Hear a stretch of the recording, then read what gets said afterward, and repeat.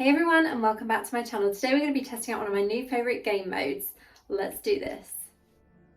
So this is Abyssal Verge, and I must say this is my most favourite addition in the last patch. I really enjoy this game mode. Running it solo or running it in a party, it's definitely a lot of fun. Now for Abyssal Verge, the zone does change, so I'd really recommend if you're new to this game mode to try it out in Frozen Tundra first, simply because this zone it seems a lot easier on and there's multiple escape routes. Some of the other zones you're kind of limited to where you can go because of blockages, because of the way the maps work, and it's just more difficult in certain zones. So I really enjoyed doing this in Frozen Tundra, and the whole point of this game mode is to avoid the Terror Incarnate. So you can see on the left hand side where the codex normally is, it says escape the Terror Incarnate. So kill monsters to gain points. So basically what you want to do with this is run through and kill as many monsters as possible while getting the furthest away from the Terror Incarnate.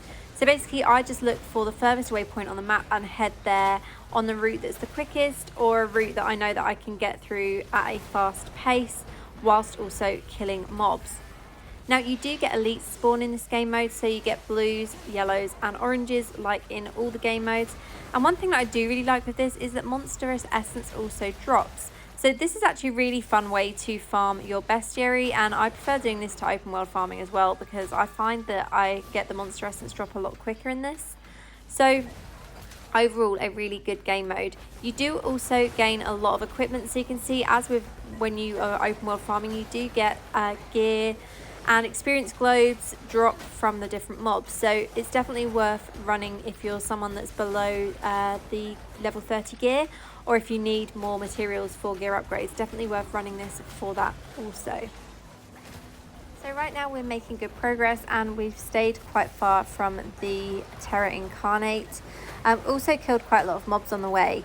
So you can see on the left hand tab now there's different chests that I've unlocked. So I've unlocked 2 chests and there is a third one that we have just unlocked also. And basically you do get different levels of rewards. So depending on what your score is by the end, you will get different rewards based on that. So you can get quite a high score in this. I think my highest solo score is about 1,800, but I've seen some really high scores from people on other servers that have shared screenshots, and you can see here on the minimap now you can actually see where the Terror Incarnate is, and it mentioned that I was less than 19 yards from it. So Shade of Destruction has now spawned. We've taken it down, and that is the end of the Terror. So you can see the rewards that I've gained here for completing it. And we return to West March and we have a few more rewards left behind. So those are things that I maybe didn't pick up when I was in the Abyssal Verge. So I'm going to try it with a team now. So I've got some friends that join me here. So I'm joined by my friends Xeon, Shooty and Gick as well, who joined from Shadow Chat, because no one else wanted to join me for this.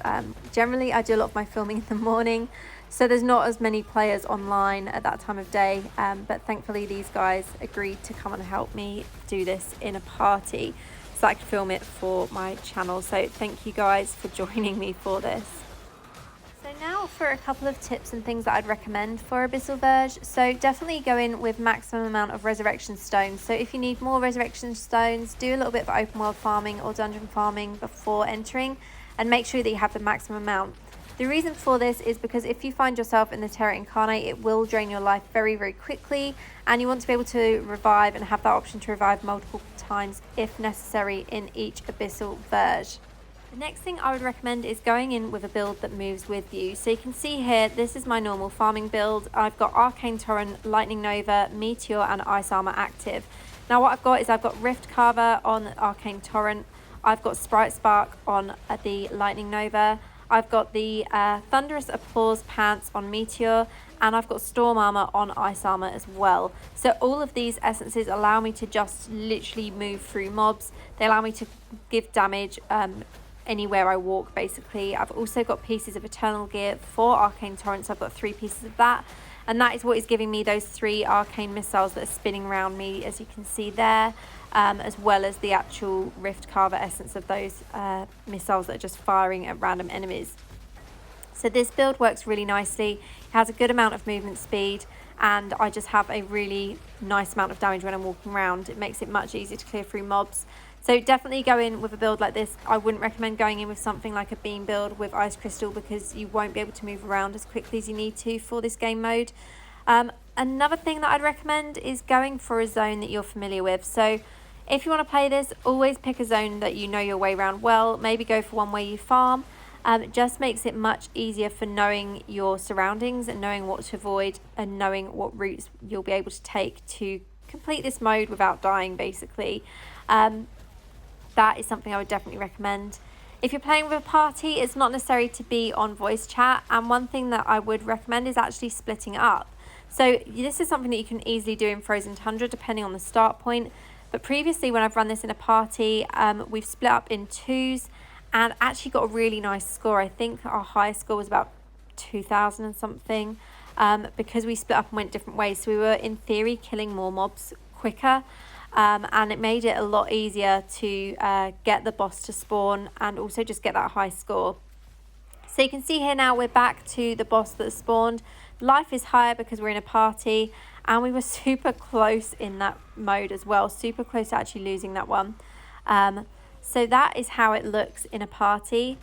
And once again, when you exit, you get more stuff dropped. So you can see I've got Monster Essence again there and a few pieces of gear as well.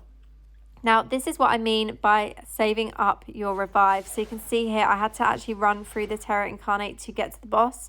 And two of my teammates were unable to get through. So it meant that only two of us could take down the boss.